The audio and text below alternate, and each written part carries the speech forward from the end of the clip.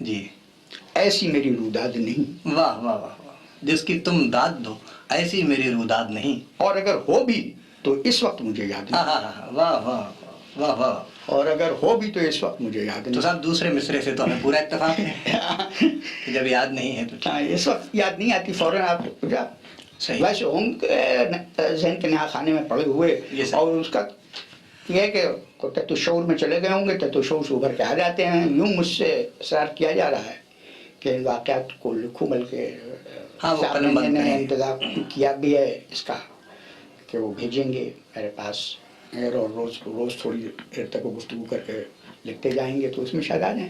ارے صاحب یہ شعر شاعری سے ذوق جو آپ کو شروع ہوا یہ کب سے ہے اور اس کے یہ کیا صاحب اسباب ہیں؟ یہ بچپنے سے ہے، کیونکہ میں نے جس ماحول میں آنکھ کھولی جی وہ یہ تھا، حسن اتفاق سمجھیے، اللہ تعالیٰ جب کو کوئی چیز منظور ہوتی تو اس کا انتظام بہت پہلے سے کرتا جی ہاں۔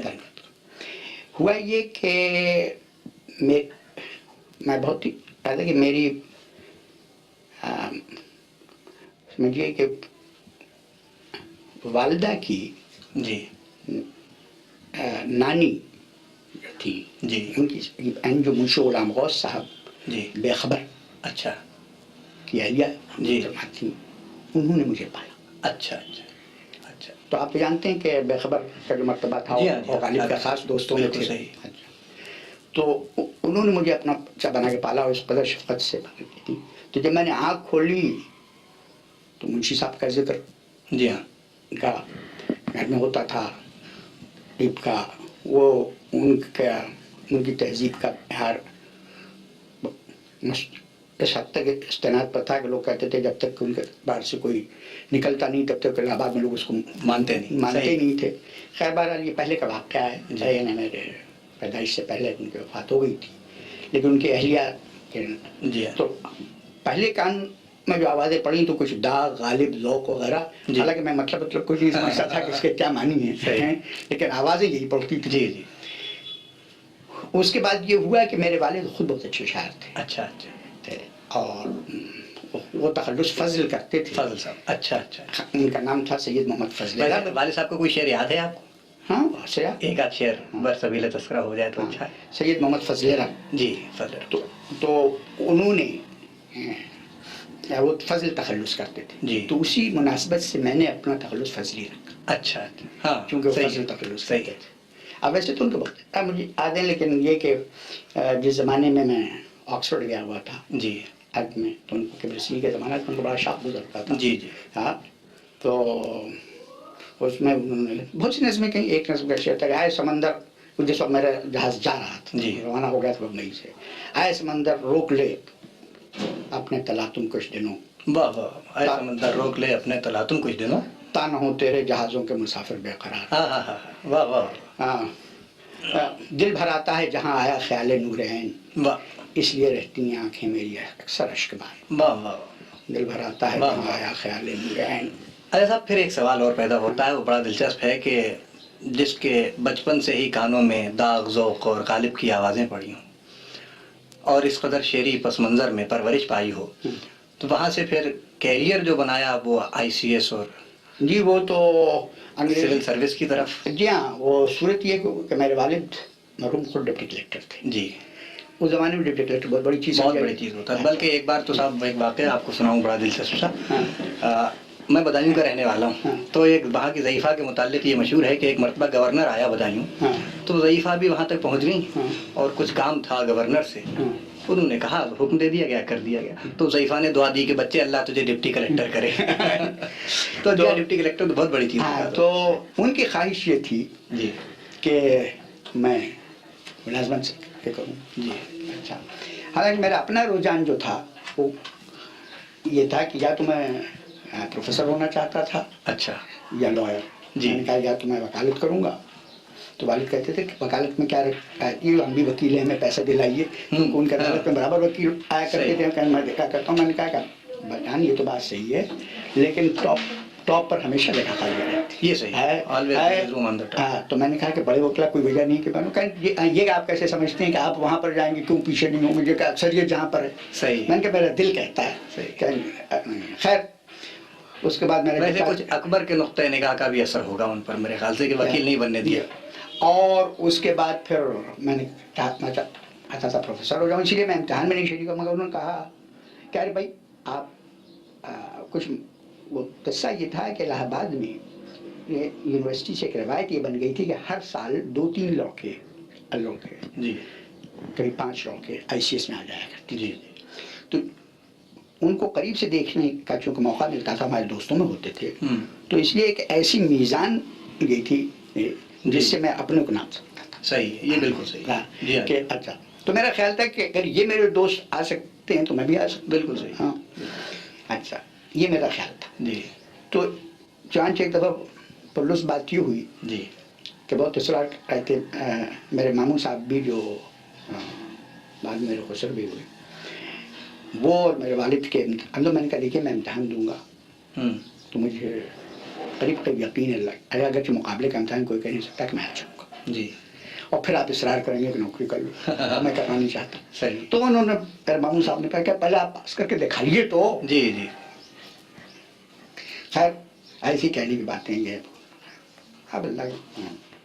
ویسے اب آپ کا احساس کیا ہے کہ مقابلے کا امتحان پاس کر کر آپ بہت سے اعلیٰ سرکاری عہدوں پر رہے، تو یہ زندگی زیادہ بہتر رہی یا اگر آپ کسی کالج میں تدریس کر رہے ہو تو یونیورسٹی میں وہ بہتر ہوتی ہے آپ کی نظر میں؟ اب کیا رائے؟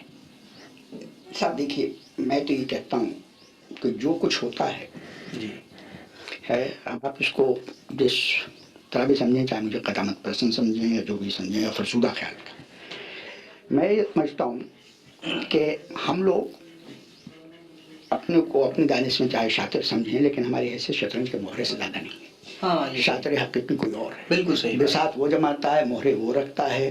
میری حیثیت ایک مہرے کی تھی، اس نے جہاں رکھ دیا وہی مناسب تھا. ہاں یہ درست ہے. اور غالباً وہ تجربے جو مجھے، میں 20 سال مسلسل بنگال رہا.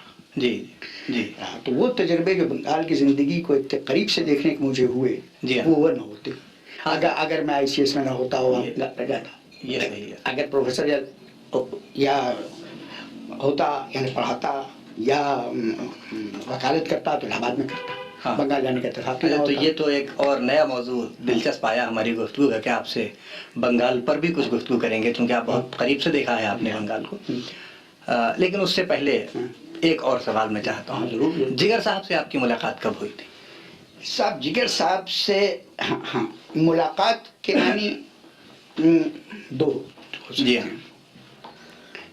ایک تو یہ ہے کہ جو ہمیں آپ میں ہو رہی ہے. جی ہاں جی بالکل صحیح. اور ایک یہ ہے کہ جو آپ میں اور جگر صاحب میں ہو. نہیں، ایک یہ ہے کہ دیکھا یہ، لیکن ان کو علم نہیں کہ میں کون ہوں اور مجھے علم ہے کہ وہ. اچھا. وہ بہت پہلے ہوئی تھی. اچھا، دیکھا بہت پہلے. ہاں یعنی صورت یہ، وہ بھی وہ جو میں نے عرض کیا نا کہ کچھ انتظامات پہلے ہی سے کوئی کرتا ہے جو منتظم حقیقی ہے. بالکل صحیح. اس نے یہ کیا کہ ایک طرف تو میرے والد صاحب اتفاق سے ہمارے مردانہ مکان کا جو حصہ تھا وہ کرائے پر تھا. اس میں حسن اتفاق سے جو عہدیدار تھے وہ سید ماجد علی ماجد تھے جی، جن کی حیثیت الہ آباد میں جی اس وقت تھی کہ جس کو انگریزی میں کہا جاتا ہے پرنس چارمنگ. جی. ایک تو نہایت ہی وہ حد العزیز اور مقبول شخصیت تھے. جی. اس کے علاوہ الہ آباد کے سب سے بڑے شاعر سمجھے جاتے تھے. اچھا. کوئی مشاعرہ بغیر ان کے الہ آباد کا کامیاب سمجھا ہی نہیں جاتا تھا. جی. نہایت خوش آواز تھے، خوش شکل تھے. جی. اور بلا کا حافظہ تھا. تو ان کا گھر جو تھا، جی یعنی وہ ہمارے ہی گھر کا نا حصہ، وہ ایسا تھا کہ جہاں جتنے باہر کے سے شعراء آتے تھے وہاں ضرور آتے تھے. کوئی وہاں ٹھہرتا تھا، مان ہوتا تھا یا اجتماع ہوتا تھا.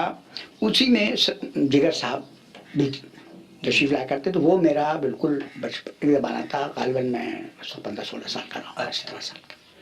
اچھا. اور وہ سامنے جھلنگے پر پڑے رہتے تھے مست دھت. اور وہ جو دوپہر کو آئے ہیں وہ دودھ پڑے ہیں، بوتل پڑی ہوئی ہے. اور شام کو جب ماجد صاحب کورٹ سے آئے وہ وکالت کرتے تھے. جی.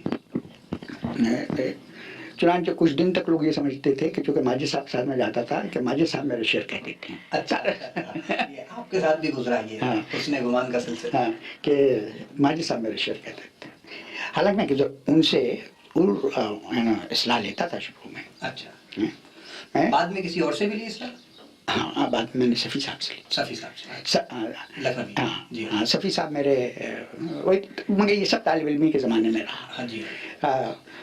صفی صاحب اور ظریف صاحب بھی میرے مہمان رہے ہیں، اس کا بھی مجھے وہاں شرف حاصل رہا. جی. وہ میرے اکثر تشریف جب الہ آباد آتے تو ہمارے یہاں ٹھہرتے. جی.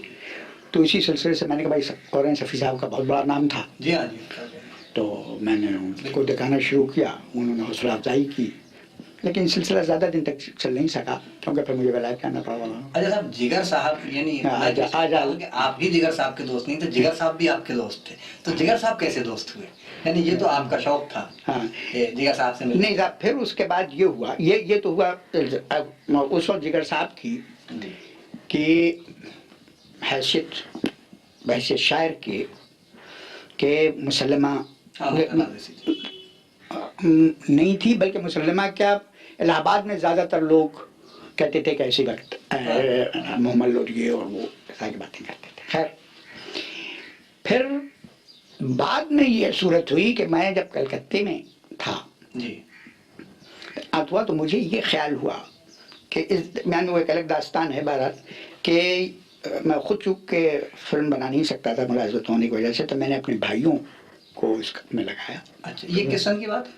یہ بات ہے سن 39-40 کی. اچھا اچھا. تو فلم کا خیال اس وقت سے تھا؟ ہاں بلکہ اس وقت سے تھا کہ میں ولایت گیا. اچھا اچھا. ہاں کیونکہ اسی وقت ناطق فلم آیا. تو میں نے کہا اس کی بے انتہا اہمیت ہے. صحیح ہے. میں نے کچھ مطالعہ بھی کیا تھا کہ یہاں جب واپس آیا وہ الگ داستان ہے. خیر تو اس وقت مجھے یہ خیال ہوا کہ میں نے پہلے ریڈیو سے یہ ڈھاکہ ریڈیو سے ایک ڈرامہ کیا تھا آسمانی مشاعرہ. اچھا اچھا اچھا. جس میں یہ تھا کہ جو شعراء عالم بالا پر جا چکے ہیں جی ہاں ان کی نمائندگی اس عہد کے بڑے لوگ کریں. اچھا اچھا. خیر تو وہ تو جو ڈھاکے میں تھے وہ تو اس وقت اس میں شریک ہو سکے. تو مثلا ڈاکٹر دلیپ شادانی، ڈاکٹر محمود حسین، شفاء الملک حکیم حبیب الرحمان شفانی، اس قسم کے لوگ شریک ہوئے. میں خود بھی تھا. لیکن جب میں کلکتے آیا تو مجھے خیال ہوا کیوں نہ اسی موضوع پر فلم بنا لی جائے. بالکل صحیح. اچھا. تو اس کے لیے جو میں نے فلم بنانا تو اس کے لیے مجھے خیال ہوا کہ مختلف لوگوں کو میں کامیاب ہو گیا. کہ مثلا یہ کہ حالی کے رول کے لیے میں نے مولوی عبدالحق صاحب کا مدعا کر لیا. لیا نذیر اکبر آبادی کے لیے خواجہ حسن نظامی کو. اچھا، بہت اچھا انتخاب تھا. اچھا مناسبتوں سے. اچھا. اور آپ کے لیے اور غالباً دوسرے لوگوں کے لیے یہ خبر بڑی دلچسپ ہوگی کہ قاضی نذر الاسلام ہمارے یہاں بہت آتے رہتے تھے اور کلکتے میں، چونکہ ہم نے انہیں وہ جو میرے چھوٹے بھائی سبطین فضلی وہ فلم بنا رہے تھے چورنگی، اس کے چورنگی. اچھا. اس کا انہیں میں موسیقار مقرر کیا تھا. اچھا وہ اچھا. تو قاضی نذر الاسلام کے بہت بڑے موسیقار ہیں اور عربی موسیقی سے ان کو بڑی دلچسپی اور بڑے اس کے ماہر تھے. تو اس سلسلے سے وہ ہفتے میں 2-3 بار آیا کرتے تھے. تو وہ بھی پھر اس کے بعد انہیں جب مجھے یہ معلوم ہوا کہ مجھے شعر و ادب سے بھی دلچسپی ہے تو انہیں حافظ سے بھی دلچسپی تھی اور یہ اس کا ذکر اکثر آنے لگا اور بڑے قریبی روابط ہو گئے. تو جب یہ تو انہوں نے خود خواہش ظاہر کی کہ میں بھی اس میں شریک ہوں گا. اچھا. تو میں نے کہا کہ آپ کس کا کردار ادا کریں گے؟ تو کہنے لگے میں میر کا کروں. اچھا. یہ خود قاضی نذر الاسلام کی. جی. خان بہادر رضا علی وحشت نے کیا غالب کا رول. جی. اس سلسلے سے میں نے چاہا کہ جگر صاحب داغ کا رول کریں. تو میں نے جگر صاحب کو خط لکھا. جی. تو جگر صاحب بہت برہم. اچھا. کہ نہیں میں تو آتا ہوں یہ وہ. خیر پھر میں نے لکھا خیر ان کا کچھ آیا تو میں نے انہیں لکھا کہ انہی کا شعر کہ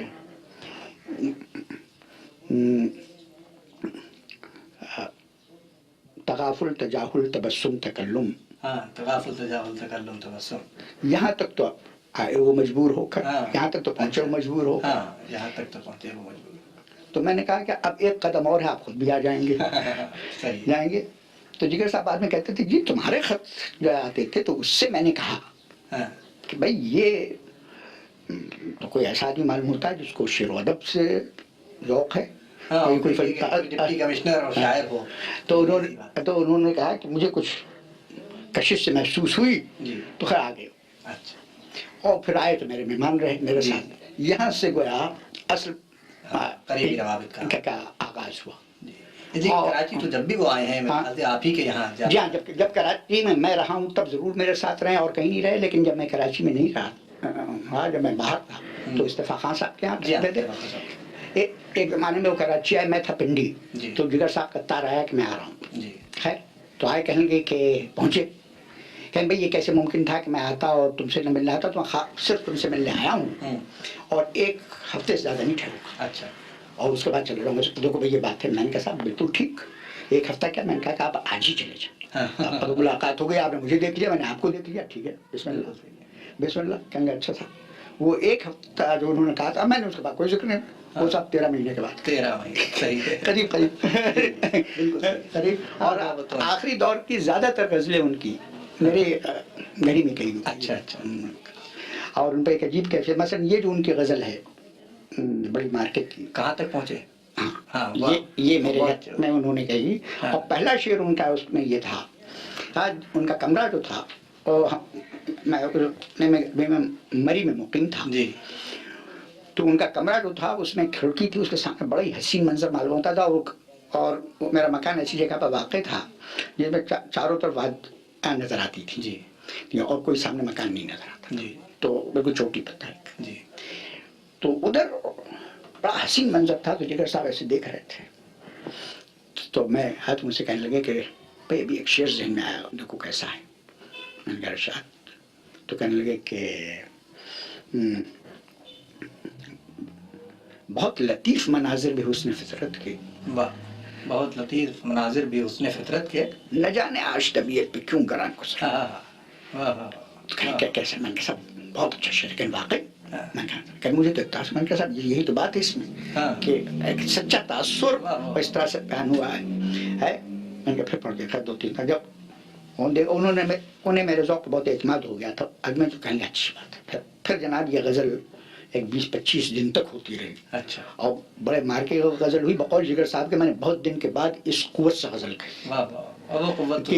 ہاں, یعنی اس قوت کی غزل بہت دنوں کے بعد کہی. کیا کیا شعر اس میں کہے ہیں, ہجوم جلوہ میں پرواز شوق کیا کہنا, کہ جیسے روح ستاروں کے درمیان گزرے. بہت اچھی غزل ہے صاحب. ہاں, بڑے مطلب بھی بہت اچھا ہاں تھا. اگر نظر زمینوں کے درمیان گزرے تو پھر یہ کیسے کٹے زندگی. کہاں صاحب آپ نے بھی پھر زمین میں کہی ہوگی غزل؟ نہیں, میں نہیں کہی. اچھا, میں نے کہا وہ منظر تو دیکھا ہی تھا. نہیں, میں نے دیکھا تھا.